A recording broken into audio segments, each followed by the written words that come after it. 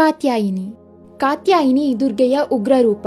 ನವರಾತ್ರಿಯ 6ನೇ ದಿನದಂದು ಅವಳನ್ನ ಆರಾಧಿಸಲಾಗತ್ತೆ. ಕಾತ್ಯಾಯನ ಋಷಿಯ ಮಗಳಾದ್ರಿಂದ ಅವಳಿಗೆ ಕಾತ್ಯಾಯಿನಿ ಅನ್ನೋ ಹೆಸರು. ಅವಳಿಗೆ 4 ಭುಜಗಳಿದ್ದು ಖಡ್ಗ, ಕಮಲ, ಅಭಯ ಮತ್ತು ವರದ ಮುದ್ರೆಯನ್ನ ಹಿಡಿದಿರ್ತಾಳೆ. ಅವಳ ವಾಹನ ಕೂಡ ಸಿಂಹ. ಕಾತ್ಯಾಯನ ಋಷಿ ಆದಿಶಕ್ತಿಯನ್ನ ತನ್ನ ಮಗಳಾಗಿ ಹುಟ್ಟುವಂತೆ ವರ ಬೇಡಿ ತಪಸ್ಸನ್ನ ಮಾಡಿದ್ರಿಂದ ದುರ್ಗೆ ಕಾತ್ಯಾಯಿನಿಯಾಗಿ ಹುಟ್ಟುತ್ತಾಳೆ. ಅದೇ ಸಮಯದಲ್ಲಿ ಮಹಿಷಾಸುರ ಎಂಬ ಅಸುರ ಒಂದು ಹೆಣ್ಣಿಂದ ತನ್ನ ಸಾವು ಸಾಧ್ಯವಿಲ್ಲ ಅನ್ನೋ ಅಹಂಕಾರದಲ್ಲಿ ಯಾವ ದೇವ ಅಥವಾ ಮನುಷ್ಯನಿಂದ ತನ್ನ ಸಾವಾಗಬಾರದು ಅಂತ ವರ ಪಡ್ಕೊಂಡಿರ್ತಾನೆ. ಕ್ರೂರಿಯಾದ ಅವನು ತನ್ನ ವರಬಲದಿಂದ 3 ಲೋಕಗಳಿಗೂ ತೊಂದರೆ ಕೊಡ್ತಿರ್ತಾನೆ. ಅವನ ಕಾಟ ತಾಳಲಾರದೆ ಕಾತ್ಯಾಯಿನಿಯ ಬಳಿ ಸಹಾಯ ಕೇಳಿ ಹೋದಾಗ ಅವಳು ಶಿವನ ತ್ರಿಶೂಲ, ವಿಷ್ಣುವಿನ ಸುದರ್ಶನ, ಇಂದ್ರನ ವಜ್ರಾಯುಧ, ವರುಣನ ಶಂಖ, ಅಗ್ನಿಯ ಭರ್ಚಿ ಮತ್ತು ವಾಯುವಿನ ಧನಸ್ಸು ಮತ್ತು ಬಾಣಗಳನ್ನ ತೆಗೆದುಕೊಂಡು ತನ್ನ ಸಿಂಹವನ್ನ ಏರಿ ಮಹಿಷಾಸುರನೊಂದಿಗೆ ಯುದ್ಧಕ್ಕೆ ಹೋಗ್ತಾಳೆ. ಅವರಿಬ್ಬರ ಮಧ್ಯೆ ಬಹಳ ಸಮಯದವರೆಗೂ ಭೀಕರ ಯುದ್ಧ ನಡೆಯುತ್ತೆ. ಕೊನೆಯಲ್ಲಿ ಕಾತ್ಯಾಯಿನಿ ಮಹಿಷಾಸುರನನ್ನ ತ್ರಿಶೂಲದಿಂದ ಚುಚ್ಚಿ ಸಂಹಾರ ಮಾಡ್ತಾಳೆ.